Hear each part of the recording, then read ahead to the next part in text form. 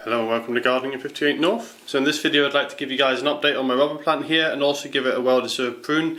I'll give you a brief history now as to how it's grown over the last several years that I've had it and why it needs this prune now. So I bought this, I think it was back in 2013. It was quite a small plant. I'll put some photos up now if I can find any photos of it. It's been in 3 different properties. The first property I was in only for 6 months. Then it was in my flat for probably about 6 or 7 years. It grew slowly there, but it grew to quite a big size, and I repotted it into this larger self-watering pot in a previous video. But the problem was when I moved to this house, I needed to transport it, so I had to cut it back quite hard. So in order for it to fit into the van that we hired for moving house, I had to cut it down to size. So I had to cut it down to this height here, and that's why it's responded with all these new fresh shoots. The other problem with this was we had some frost in this conservatory when I first moved it here, because I hadn't got the heating system set up yet, and that caused it to have a lot of shoots die back. Apart from this one on the top right here, this one somehow survived without getting frost damage, but the rest got frost damage.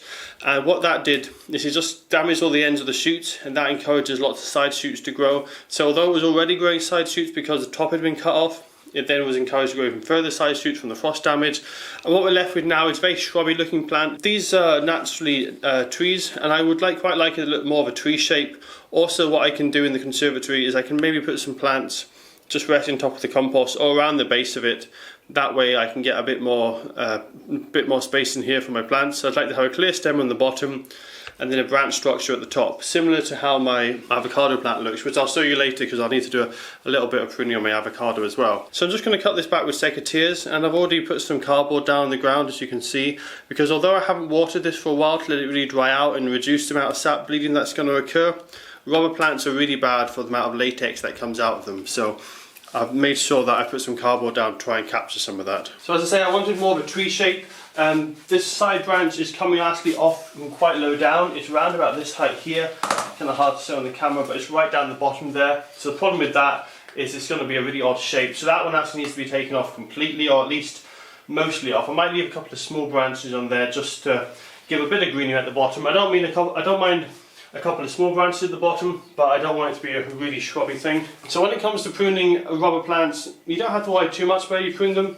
There's not much space between the leaves, but generally you just want to cut between the leaves, just above where a leaf comes out. So for here example, you would just cut it off there, and it will just grow a new shoot from in between where the leaf was. That's where the new shoots grow from. There's a little red mark on the stem, and that small red mark is an indication of where the new shoot will come from. So you can just cut off at any leaf, or just above any leaf, and you'll get a new shoot coming off. So I'm going to go ahead now and prune this. As I say, I want to have quite a clear stem at the bottom. I don't want the main shoots to be coming up from the bottom. I want them to naturally come up like we would on the tree, from more towards the top or more the middle. So I'm going to cut that one right off almost to the bottom. Remove most of the side shoots to give a clearer stem. I don't mind if there's 1 or 2 small ones, but generally all the side shoots are going to be taken off, and we're just going to be left with a nice structure towards the top.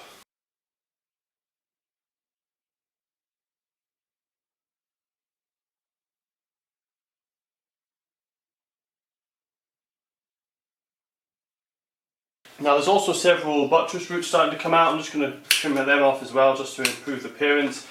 If there was some from a nicer position, I might actually leave them because they can look quite nice having the buttress roots, but for now I'm just going to clear them off, give a clear stem.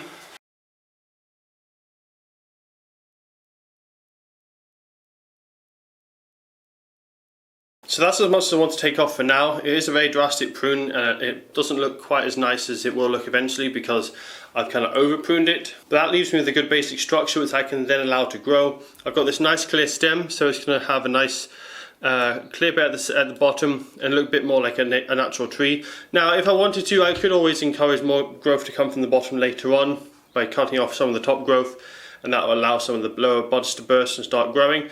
That's basically what happened when I transplanted it and when the frost damaged it, which is why there was so much growth lower down.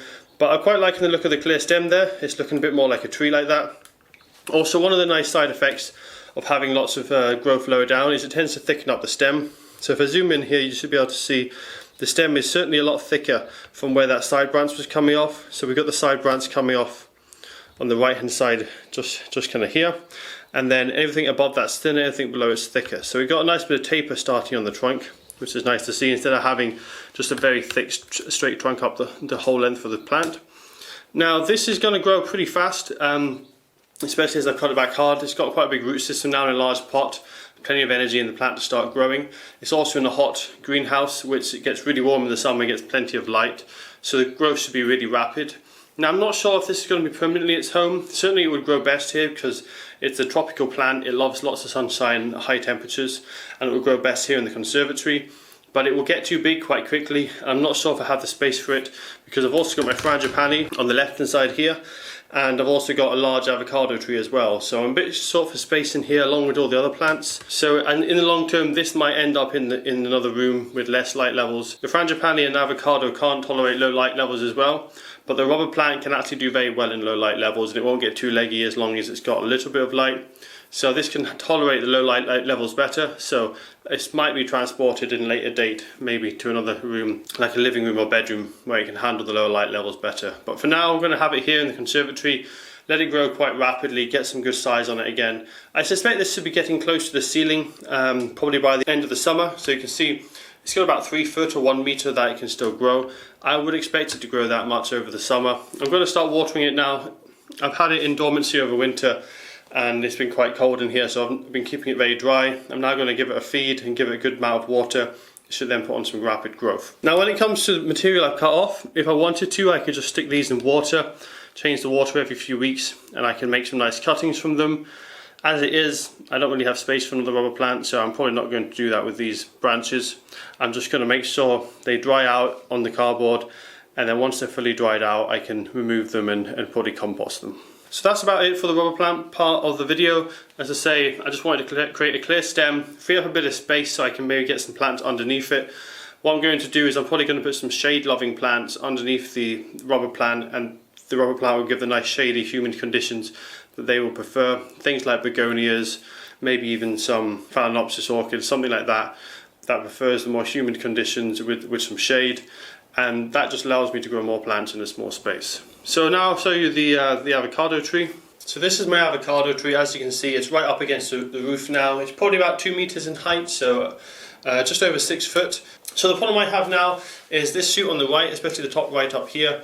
This is really getting too close to the ceiling now, and when these come into leaf they tend to have growth flushes, so they won't grow for a month or two, and then suddenly when they do grow they'll grow rapidly for 1 month, put on about 1 foot or 2 of growth, and then they'll have a rest, and then another month or two later they'll have another rapid growth spurt. Now these are just about to come into the growth spurt. You can see actually on this one up here there's actually some new leaves just starting to appear. It's the same on all the shoots, they're just about to come into a new growth phase, and because they grow so fast when they do, this one on the top right is going to hit the ceiling almost within 2 or 3 weeks of it starting to grow. Now in the future what I'm going to do with this is I'm going to have it so I probably pollard it every year back to that 1.5 meter height around about here, allow it to then grow up, and then every summer it'll probably grow about 1 meter or so and hit the top of the conservatory, and then every winter I can just cut it back to that one point. With doing that I should get nice giant leaves and just get that nice kind of jungly themed foliage from it. Now there has been a bit of damage to the foliage this year. We had a particularly cold spell, we got -15 outside. It got cold in here, but it wasn't the cold that damaged it, it was the dry air. The cold dry air combined with me keeping it quite dry over winter, because there's a risk of overwatering and waterlogging when it's dormant. It meant that the edge of the leaves all dried out and got damaged, which is a shame. Hopefully I can avoid that next year, but that's what's happened this year. The new leaves should come through absolutely fine and healthy though. So it's just the same as cutting the rubber plant. Just cut it between the leaves, just above a leaf. There's going to be a little bud that comes out on the node just above the leaf. That's where the new growth will appear. And you can actually kind of direct the direction of the growth. Same with the rubber plant.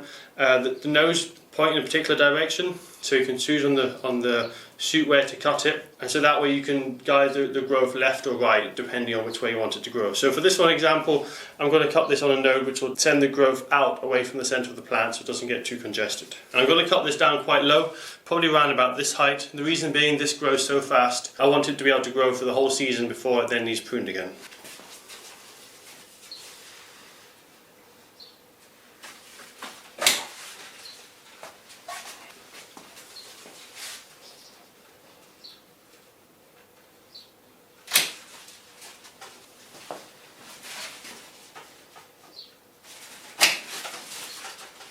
So that's it now cut back. It was a very, very drastic prune.